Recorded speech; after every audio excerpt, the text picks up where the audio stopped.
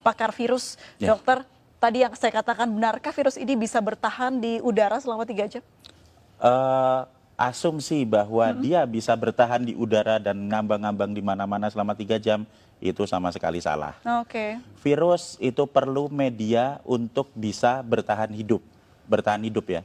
Karena virus itu tidak akan bisa memperbanyak diri di luar tubuh. Kalau masuk ke dalam tubuh, baru nanti bisa memperbanyak diri jadi banyak gitu. Kalau di luar dia tidak bisa, tapi dia perlu media. Nah, medianya yang paling cocok buat virus COVID-19 itu apa? Adalah di droplet. Droplet itu butiran-butiran air yang keluar pada saat ada seseorang yang terinfeksi, kemudian dia bersin dan menyembur. Nah, berarti dia hanya bisa hidup di dropletnya itu. Dan droplet itu akan menyebar dalam jarak ya sebatas radius itu aja 1-1,5 meter. Kalau dia ada di 2 meter, ya dia tidak. Itu sebabnya konsep awal kenapa kita harus memberi jarak. Kenapa? Kontak dekat ya. Iya, supaya kalau misalnya ada yang sakit terus kemudian bersin, tidak nular ke orang yang di dekatnya, kan gitu. Nah, yang lain lagi, kalau kita mau supaya lebih aman lagi, nah yang sakit ya sebaiknya nggak usah main-main keluar, di rumah saja, terus minum vitamin, disehatkan, nanti kalau udah sembuh baru keluar. Kenapa? Supaya bisa meningkatkan kekebalannya di rumah dan juga tidak membahayakan orang lain. Baik, soal penularan virus ini, itu apa saja yang bisa ditularkan dalam arti, apakah kita ketika kena virus di tangan lalu memegang mata, hidung atau rambut begitu, Dok? Sekali lagi, virus selalu butuh media untuk bertahan hidup. Semakin dingin, semakin basah, makin gelap, dia bisa bertahan hidup semakin lama. Di droplet itu basah. Nah, kalau misalnya katakanlah saya ada di dekat sini, kemudian saya bersin misalnya, saya bersin. Nah, droplet yang ada di situ, kalau misalnya nanti kena di baju, nah dia akan bertahan juga di baju lama. Nempel. Iya, lah terus pas pada saat kita buka baju, terus nanti kena hidung kita, ya akan masuk ke dalam. Tapi seberapa lama dia bisa bertahan di situ tergantung kondisi lingkungan. Semakin terang, semakin kering, semakin panas, dia juga nggak akan bisa bertahan hidup lama. Jadi sebenarnya virus ini punya kelemahan banyak sekali. Jadi dia hanya bisa bertahan di droplet. Kalau misalnya ada yang bilang, misalnya kan kalau misalnya dia ditaruh di meja yang dingin gitu, bertahan 9 hari. Ada hoax seperti itu. Itu hoax ya, Dok? Menurut saya hoax. Kenapa? Nah, kalau dia hanya bisa bertahan di dalam droplet. Di dalam droplet itu kalau misalnya dia kondisinya tidak sesuai dengan dia dan terjadi penguapan, kan jadi kering, dia nggak bisa bertahan lama. Jadi droplet ini sesuatu yang cair begitu ya, Dok ya? Cair, iya. Itu loh, tetesan lendir atau cairan yang ada di situ. Dan kalau misalnya kita bersin di satu lokasi atau di meja misalnya, kemudian kita langsung dibersihkan dengan desinfektan, dibersihkan dengan sabun, dibersihkan dengan pembersih lantai atau apa, itu dilap gitu, dalam waktu 3 menit sudah hancur. Jadi virus ini gampang hancur dengan pelarut lemak, dengan sabun, dengan deterjen dan macam-macam, termasuk kalau nempel di baju kita terus langsung masukin mesin cuci, itu virusnya hancur.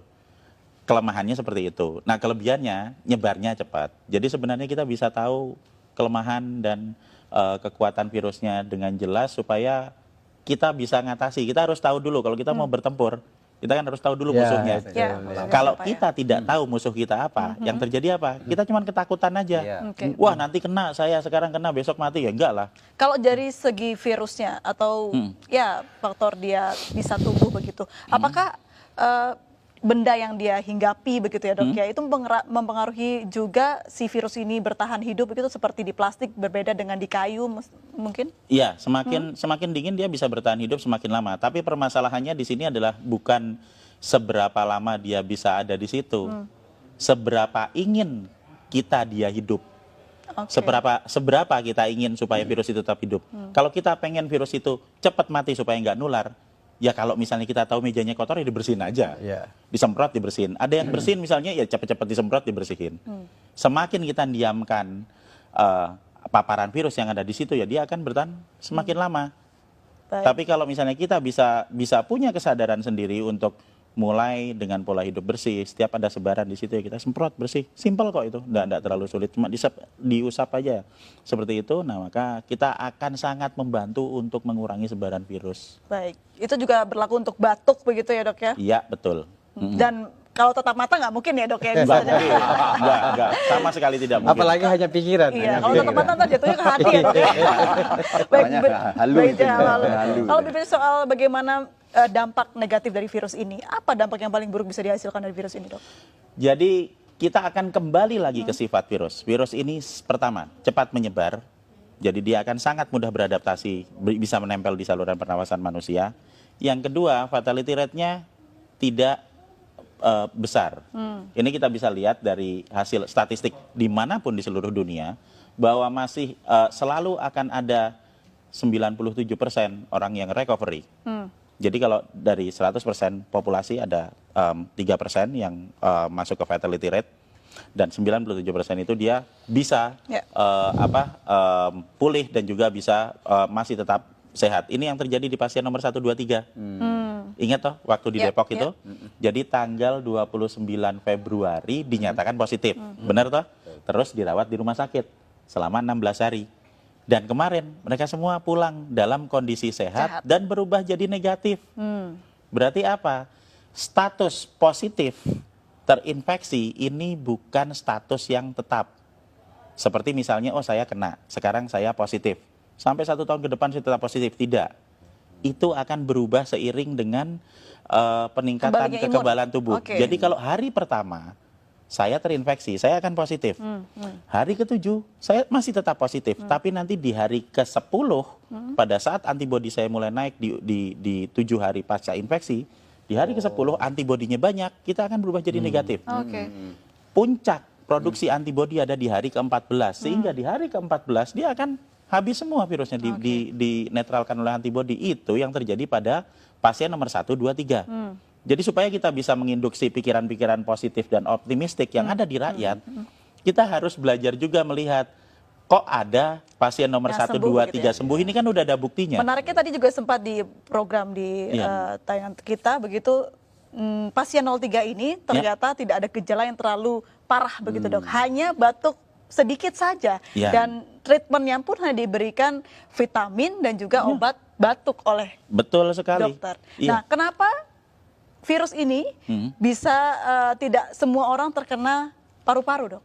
Nah, jadi kalau kita mau melihat keganasan virusnya, itu kita jangan melihat kita harus kembali ke struktur virusnya ya. Struktur virusnya lagi, sifat virusnya. Virus ini bentuknya tetap, dia akan menyerang ke semua manusia. Oke. Dia tidak berubah. Yang menyebabkan terjadinya perbedaan adalah di manusianya. Ada manusia yang sehat, yang memiliki saluran pernapasan yang sehat, sehingga pada saat terinfeksi, yang akan keluar adalah batuk, ya kan? Kemudian nanti bersin, pilek, kemudian dia demam, sampai paling 5 hari. Dan kemudian di hari ke-7 dia akan mengalami recovery. Oke. Dan di hari ke-14 dia full sembuh, persis seperti pasien nomor 1, 2, 3. Tapi untuk orang-orang yang berada di dalam grup dengan resiko tinggi, misalnya yang udah berusia lanjut. Oke. Kalau orang usianya lanjut, kemudian dia nanti akan memiliki pengurangan dalam hal produksi antibodi karena usianya Ini udah lanjut. usia berapa tahun ke atas dok? 60 tahun? Di statistik itu dia ada di usia antara 70, 80. Itu di statistik datanya. Terus yang kedua, manusia dengan komplikasi penyakit, diabetik misalnya, atau hipertensi, atau stroke, gitu kan.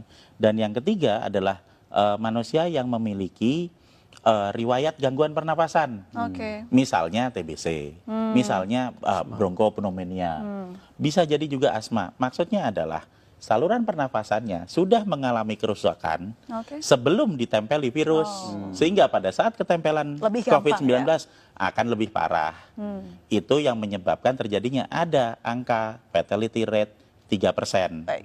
Nah, jika kita akan fokus ke 3% ini, berarti kita akan berbicara mengenai grup dengan resiko tinggi, sehingga yang seharusnya lebih diperhatikan adalah yang di grup dengan resiko tinggi ini untuk dapat prioritas ke rumah sakit. Kenapa? Supaya rumah sakitnya nggak penuh, dokternya nggak repot. Jadi nggak ada yang baru pertama kali kena sekarang, baru demam sebentar, terus waduh besok saya mati langsung ke dokter. Nggak seperti itu. Kita mendahulukan grup dengan resiko tinggi, sehingga tidak semuanya harus masuk rumah sakit. Nah, kita harus memberikan edukasi gimana caranya supaya kita bisa melawan virusnya yang ada di luar tubuh, meningkatkan antibodi yang ada di dalam tubuh secara mandiri, supaya kita semua nanti bisa ngatasi virusnya. Pertanyaannya, ketika seorang yang pasien positif sudah sembuh begitu, Ya. akankah dia bisa positif kembali? Ya, Bisa. bisa. Jadi kita berbicara mengenai masalah sebaran virus. Oke. Jadi satu hal yang harus kita pahami dulu, ini imunologi basic adalah bahwa kalau saya pernah kena virus, misalnya saya pernah kena virus COVID-19, nah tubuh saya akan punya data tentang virus ini. Sehingga pada saat nanti saya kena lagi, saya akan kebal.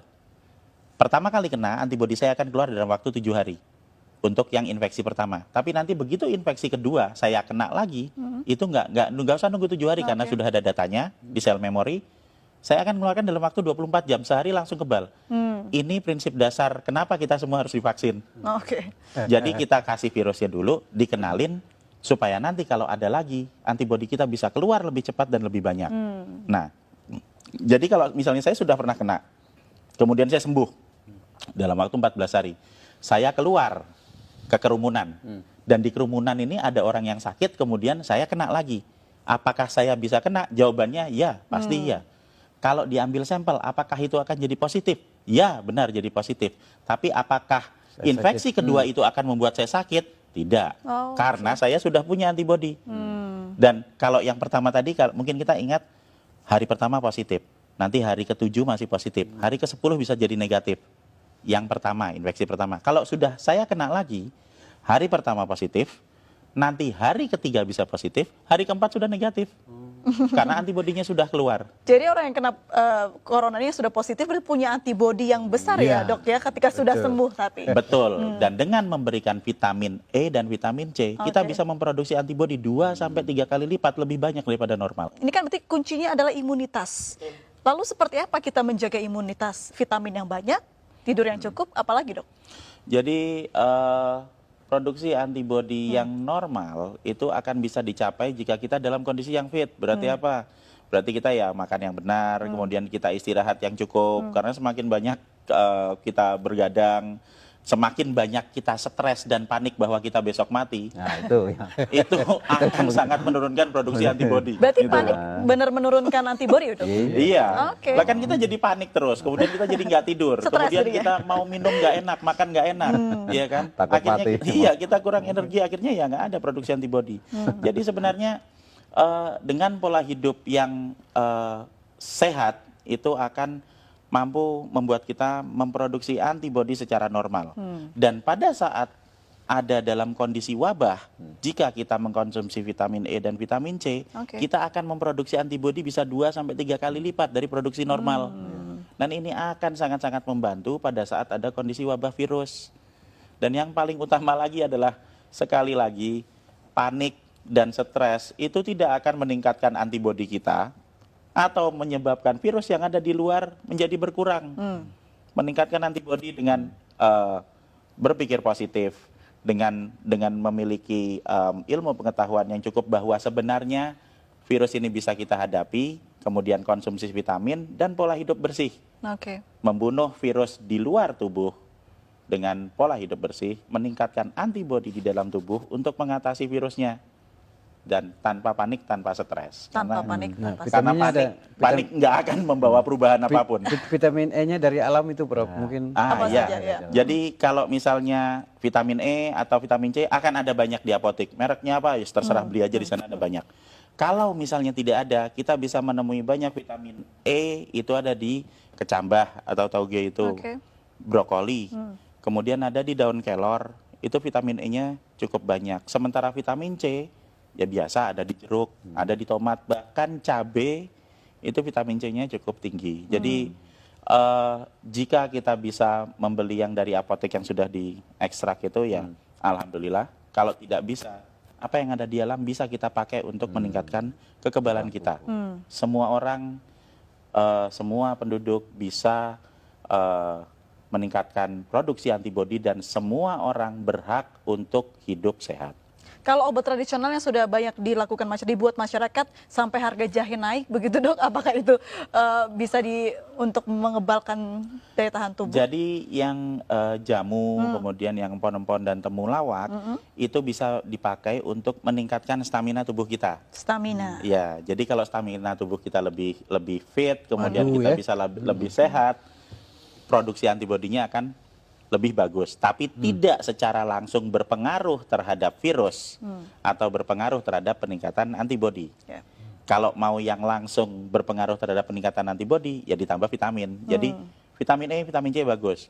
Vitamin E, vitamin C sambil minum jamu itu tambah bagus lagi. Oke. Iya. Baik, kalau dilihat dari ya mungkin ciri-ciri virusnya, bisa bertahan lama di cuaca apa ini dok? Apakah cuaca di Indonesia yang mulai memasuki musim kemarau bisa membantu gitu? Oke, hampir sebagian besar kuman itu senang dengan tempat dengan 3 syarat, gelap, basah, dan dingin. Semakin basah, semakin gelap, semakin dingin, itu dia akan bisa bertahan hidup semakin lama di situ. Oke. Jadi kita harus menyesuaikan dengan kebutuhan virusnya. Kalau kita ingin virus itu tidak ada di lokasi kita, ya kita bikin tempatnya yang terang, yang panas, ya kan, kemudian yang kering. 3 syarat itu terpenuhi, virus itu akan lebih cepat hancur. Kira-kira berapa bulan virus ini akan berlalu? Perkiraan saya, mungkin kita belajar melihat dari Wuhan. Wuhan dia mulai 2019 berarti Desember, Januari, Februari, Maret, dia 3 bulan.